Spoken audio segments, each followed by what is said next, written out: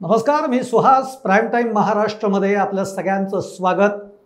दोन भाऊ एकत्र येणार, राज उद्धव एकत्र येणार, अशा चर्चा गेले 2 महिने सुरू आहेत. पण मग काय होत आहे? दोघं एकत्र येणार आहेत, सगळी दोघांकडे सकारात्मक वातावरण आहे, सगळे नेते सकारात्मक बोलतायत, पण नुसत्या चर्चा चालू आहेत, सातत्याने चर्चा चालू आहेत. आणि जेवढ्या चर्चा चालू आहेत तेवढे सत्ताधारी म्हणजे भाजप, शिवसेना, शिंदे गट, राष्ट्रवादी अस्वस्थ होत आहेत. खरंच हे दोन भाऊ एकत्र येणार आहेत का? मग कोणी प्रश्न विचारतं की हे दोन भाऊ एकत्र येणार असतील तर एकमेकांना फोन का नाही करत? आज मी तुम्हाला सांगतो, अहो फोन सोडा, फोनच्या पलीकडची गोष्ट मी तुम्हाला सांगणार आहे. हे दोन भाऊ एकत्र भेटलेत. हे दोन भाऊ एकत्र यांची भेट झाली आहे. या भेटीमध्ये तब्बल 2 तास हे भाऊ एकमेकांशी बोलले. आता हे कुठे भेटलेत, यांच्यामध्ये काय चर्चा झाली आहे, हे सगळं मी तुम्हाला सांगणार आहे या व्हिडिओमधनं. त्यामुळे हा व्हिडिओ अगदी शेवटपर्यंत बघा आणि जर तुम्हाला आवडला तर लाईक करा, शेअर करा आणि आमचं चॅनल सबस्क्राईब करा. तर मंडळी, 2 महिने झाले राज ठाकरेंनी एक मुलाखत काय दिली. त्या मुलाखतीत राज ठाकरे म्हणाले की महाराष्ट्राच्या हितासाठी, मराठी माणसाच्या हितासाठी आमच्यातले वाद जे आहेत ते अगदी क्षुल्लक आहेत, किरकोळ आहेत आणि त्याच्यापुढे आम्ही एकत्र कधीही येऊ शकतो, एकत्र येण्याला कोणतीही अडचण नाही आहे. यानंतर चर्चा सुरू झाल्या. तब्बल 2 तासामध्ये उद्धव ठाकरेंनी सुद्धा राज ठाकरेंना सकारात्मक प्रतिसाद दिला. जर खरंच असं काही असेल तर आम्ही सुद्धा मुद्दे सोडायला तयार आहोत. महाराष्ट्र हितासाठी आणि मराठीच्या हितासाठी आम्ही देखील पुढे यायला तयार आहोत. फक्त 2 मुद्दे आहेत आमचे की ज्यांच्याबरोबर तुम्ही मांडीला मांडी लावून बसताय, ज्यांच्याबरोबर तुम्ही स्नेहभोजन करताय, ते याच्या पुढे तुम्हाला करता येणार नाही. झालं, तिथनं चर्चा सुरू झाली. मग हळूहळू हे नेते बोलतायत, मनसेतले नेते बोलतायत, कोणी विरोध करतंय, कोणी मागचे 2 अनुभव सांगताय.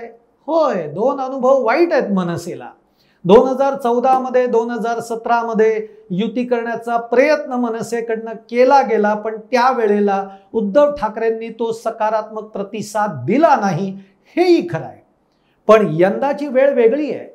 या वेळेला उद्धव ठाकरेंनी सकारात्मक प्रतिसाद दिलेला आहे आणि नुसता सकारात्मक प्रतिसाद नाही, उद्धव बाळासाहेब ठाकरे गटातले जेवढे काही पदाधिकारी आहेत, नेते आहेत, त्यांच्या सगळ्यांचे तुम्ही बाईट्स बघा, त्यांच्या कमेंट्स बघा. या सगळ्या कमेंट्स सकारात्मक आहेत की हे 2 बंधू एकत्र आले तर आम्हाला अत्यानंद होणार आहे. एवढंच नाही तर महाराष्ट्राच्या राजकारणामध्ये एक परिवर्तनाची लाट येणार आहे. अशा पद्धतीचं एक सकारात्मकता दोन्ही बाजूनी आपल्याला बघायला मिळते. आता त्याच्यामध्ये संदीप देशपांडेंसारखे मनसेचे नेते आहेत. त्यांचं म्हणणं आहे की दुधाने तोंड पोळलेलं आहे, त्यामुळे आम्ही ताक सुद्धा फुंकून पितो. बरोबर आहे त्यांचं, पण वातावरण सकारात्मक आहे हे तुम्ही नाकारू शकत नाही. आणि दुसरी गोष्ट, आजपर्यंत कधीही झालं नाही, म्हणजे 2006 मध्ये राज ठाकरेंनी शिवसेनेतनं ते बाहेर पडले आणि मनसेची स्थापना केली. आता या गोष्टीला जवळपास 25-1 वर्ष झाली असतील, 20-25 वर्ष तर सहज झाली.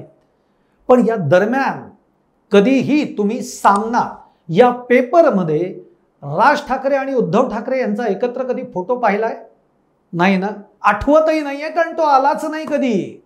पण यंदाच्या वेळेला ही गोष्ट घडली आणि सामनामध्ये अगदी पहिल्या पानावर उद्धव ठाकरे आणि राज ठाकरे या दोघांचे फोटो झळकले आणि त्याची हेडलाईन काय होती तर महाराष्ट्राच्या हितासाठी लवकरच तुम्हाला आनंदाची बातमी देऊ.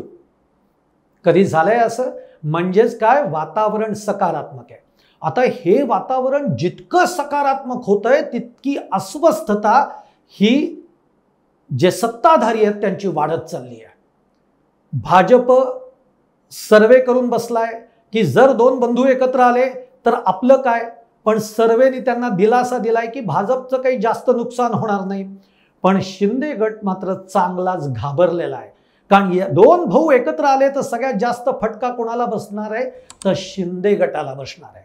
त्यामुळे शिंदे गट हादरलाय. राष्ट्रवादीचा तसाही काही संबंध फारसा येत नाही, कारण मुंबईमध्ये तितका त्यांचा प्रभाव नाहीये. त्यामुळे त्यांनी तशा प्रतिक्रियाही दिलेल्या नाहीयेत किंवा ते काही फार काही अस्वस्थ झालेत असं चित्र आत्ता तरी म्हणता येणार नाही. हो, पण नाही म्हणायला शरद पवार सुद्धा अस्वस्थ झालेत बरं का. कारण शरद पवारांनी एक वक्तव्य 2 दिवसापूर्वी केलं होतं की राज ठाकरेंच्या सभांना गर्दी होते, पण त्याचं मतामध्ये परिवर्तन होत नाही. हे एक पिल्लू शरद पवारांनी सोडलंय. पण काहीही असू देत, आज मी जी तुम्हाला माहिती देणार आहे ती अत्यंत महत्त्वाची आहे. कारण सगळेजण प्रश्न विचारतायत की मग एवढं सकारात्मक वातावरण आहे तर हे दोन बंधू एकमेकांना फोन का नाही करत? आडलंय कुठे? या दोघांचा अहंकार आड येतोय का?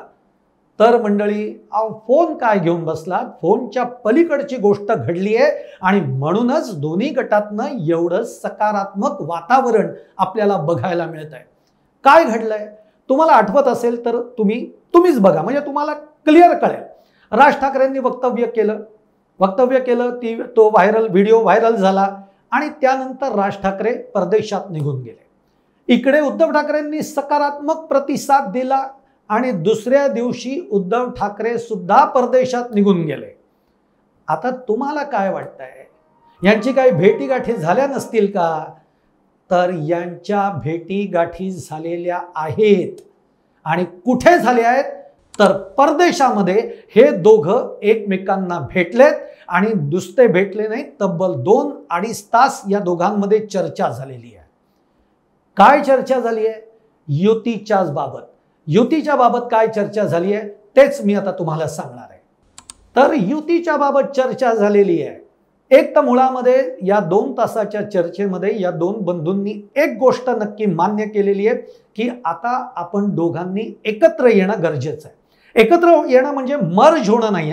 म्हणजे राज ठाकरे काही शिवसेनेमध्ये मर्ज होणार नाही आहेत असं काही घडणार नाही. दोघांचे 2 पक्ष आहेत, पण हे 2 पक्ष युती म्हणून एकत्र येतील ही गोष्ट त्यांनी मुळामध्ये ठरवलेली आहे.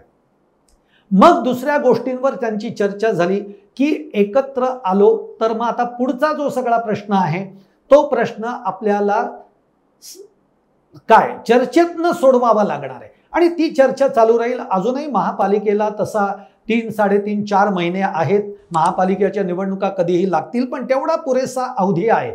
पण मुळात चर्चा झालेली आहे. चर्चा झाल्याशिवाय का दोन्हीकडनं एवढी सकारात्मकता आपल्याला बघायला मिळते जी याआधी कधीही या दोघांच्या चर्चेवर एवढी सकारात्मकता आपल्याला बघायला मिळालेली नाही. म्हणूनच संजय राऊत मधल्या काळामध्ये काय बोललेत? अमित ठाकरे जेव्हा म्हणालेले होते की 2 बंधूंकडे एकमेकांचे फोन आहेत, ते एकमेकांशी बोलतील, तेव्हा संजय राऊत म्हणालेले होते कदाचित बोलणं झालंही असेल. हे बघा, कोणी असं उगीच काही बोलत नसतं. काहीतरी घडतंय, काहीतरी शिस्त आहे आणि म्हणूनच ते संजय राऊतांनी हे वक्तव्य केलेलं आहे. तेव्हा हे दोघं परदेशामध्ये एकत्र भेटले. यांच्यामध्ये तब्बल 2.5 तास चर्चा झाली. एक तर युती म्हणून आपल्याला एकत्र येणं गरजेचं आहे. सध्याची परिस्थिती ही तशीच आहे. आज दोन्ही पक्षांना एकमेकांची गरज आहे.